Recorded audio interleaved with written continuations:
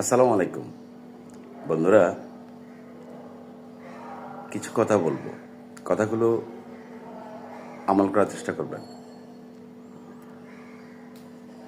এই জীবনে পরিবার হচ্ছে সবচাইতে আপনজন।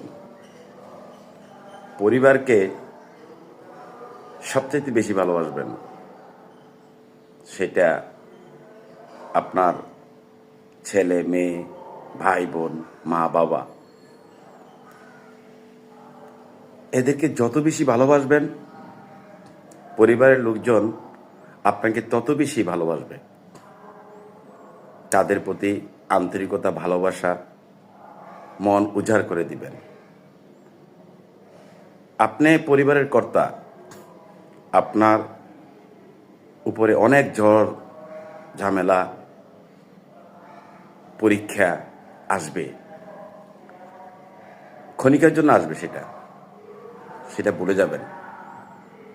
পরিবারের অনেক লোকজনই আপনাকে দোষী সাব্যস্ত করবে, কিন্তু সেটা মনে রাখবেন না। তাদেরকে মন উজাড় করে ভালোবাসবেন। তো যেটা বলতেছিলাম, শুধু পরিবারের লোকজন না, পরিবারের সাথে জড়িত চাচা চাচি, জেঠা জেঠি, চাচাতো ভাই, চাচাতো বোন, তাদের প্রতি সবসময় ভালোবাসা রাখবেন। এর মধ্যে অনেকেই আপনার ক্ষতি করার চেষ্টা করবে, আপনাকে ভুল বুঝবে, সেটা তাদের ব্যাপার। কিন্তু আপনার ভালোবাসা যেন কোনো কমতি না থাকে। খোঁজখবর নেবেন, যোগাযোগ করবেন তাদের সাথে। কিন্তু যোগাযোগ যদি না থাকে, কমিউনিকেশন যদি না থাকে, আন্তরিকতা থাকবে না, ভালোবাসা থাকবে না। তাই আসুন, আমরা আমাদের পরিবারকে ভালোবাসি, প্রতিবেশীকে ভালোবাসি, নিজের আত্মীয় স্বজনকে ভালোবাসি, তাদের সবার সাথে ভালো একটা কমিউনিকেশন করি, মাঝে মাঝে একটু দাওয়াত করি, একসাথে খাওয়া দাওয়া করি।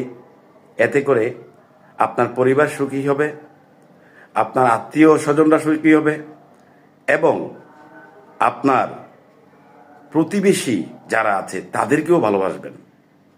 আপনার সহকর্মী যারা আছে তাদেরকেও ভালোবাসা দিবেন। ভুল করবেন না।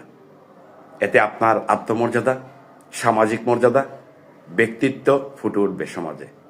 মহান আল্লাহ যেন আমাদের সবাইকে তার আলোকে কাজ করার তৌফিক দান করেন। আমিন।